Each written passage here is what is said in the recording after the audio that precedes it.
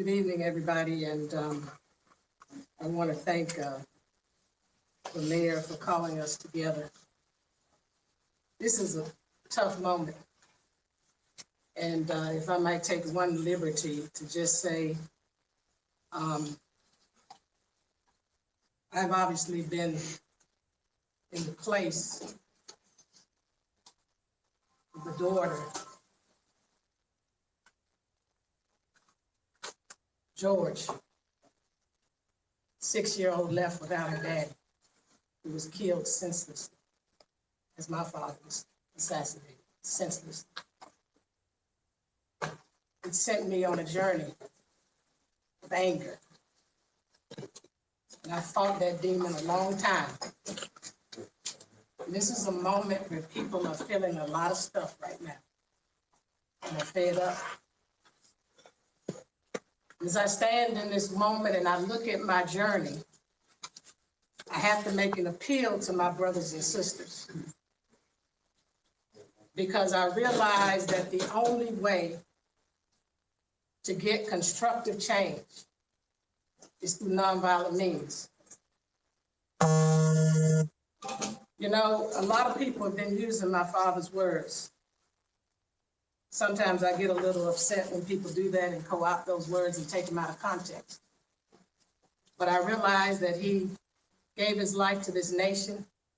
He was a son of this state and of this city, born on the soils of this city, on Auburn Avenue. But he said to us, riots are the language of the unheard. And the part we often miss when people use it is the part about the unheard. This is a time when we all have to listen. We have to listen to the cries that are coming out of the hearts and the souls of my young brothers and sisters and all of the others that are in the streets of America right now and in our city. But if there's anything I can say to them as they cry out to look at these changes, because the changes have to happen. We can't go back to yesterday. We can't keep doing things like we've been doing it in this nation. We've got to deal with systemic racism and white supremacy once and for all. But the only pathway I know to do this is through nonviolent means. It is a proven method.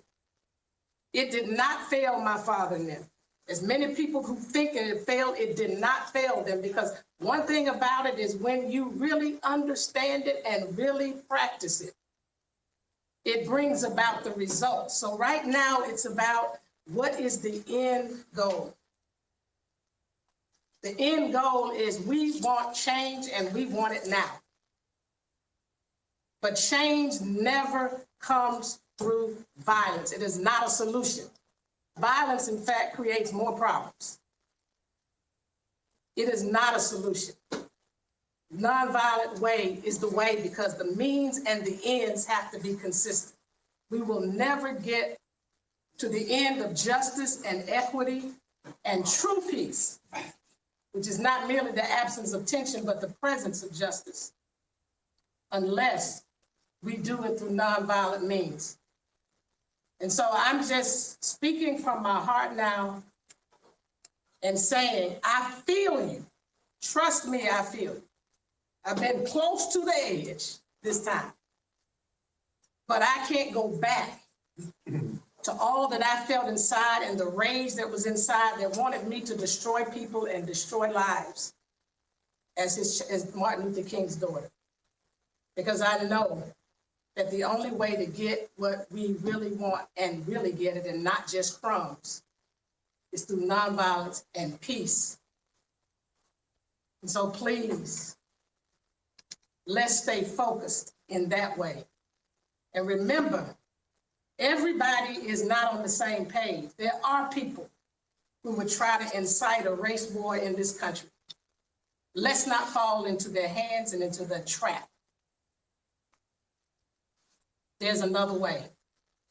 So in the name of Martin Luther King Jr., from the soils of Atlanta, Georgia, and from the 5-year-old girl who lost her daddy to gun violence senselessly at the hands of law enforcement.